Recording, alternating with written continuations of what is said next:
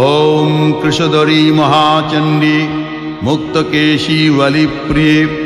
कुलाचार प्रसन्नास्ये नमस्ते शंकरप्रिये घोरदंष्ट्रे कोटराक्षी इति शब्द प्रसादिनी घोर घोर रवस्फारे नमस्ते चित्तवासिनी बंधुक पुष्प संकाशे त्रिपुरे भयनाशिनी भाग्योदय समुत्पन्ने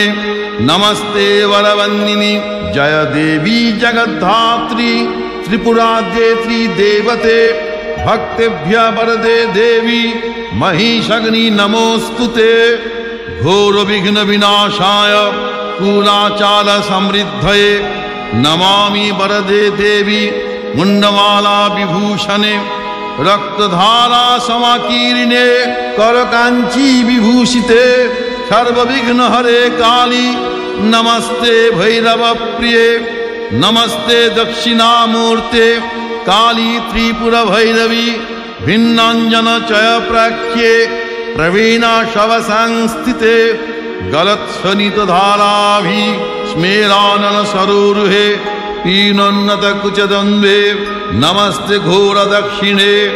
आरक्तमुख शन्ताभीर नेत्रालीभीर विराजिते शवद्वय कृतोत्वंशे नमस्ते मदविह्वले पंचासन मुंड घटित माला लोहित लोहिते नानामणि विशोभाद्ये नमस्ते ब्रह्म सेविते सवास्तीकृत केयूर शंख कंकन मंडिते शववक्ष समारूढ़े नमस्ते विष्णु पूजिते शवमांस कृतग्रासे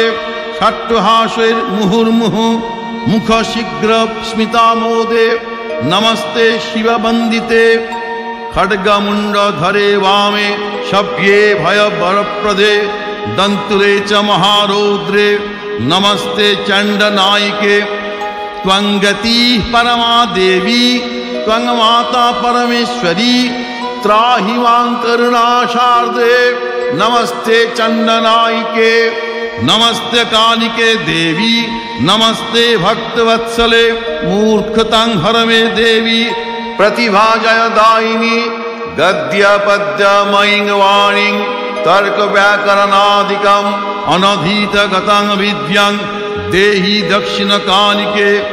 जयं देहि सभा मध्ये धनं देहि धनागमे देहि मे चिरजीवित्वं कालिके रक्ष दक्षिणे राज्यं देहि यशो देहि पुत्रान् दानं धनं तथा देहान्ते देहि मे मुक्तिं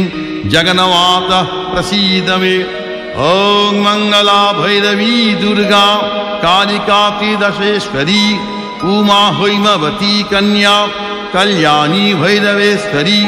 काली ब्राह्मी च माहेशी कौमारी वैष्णवी तथा वाराही वासली चंडी त्वां जगुर्मुनयः सदा उग्रतारेति तारेति शिवत्तेक जटेति च लोकोत्तरेति कालीति गीयते कृतिभिः सदा यथा काली तथा तारा तथा छिन्ना च कुल्लुका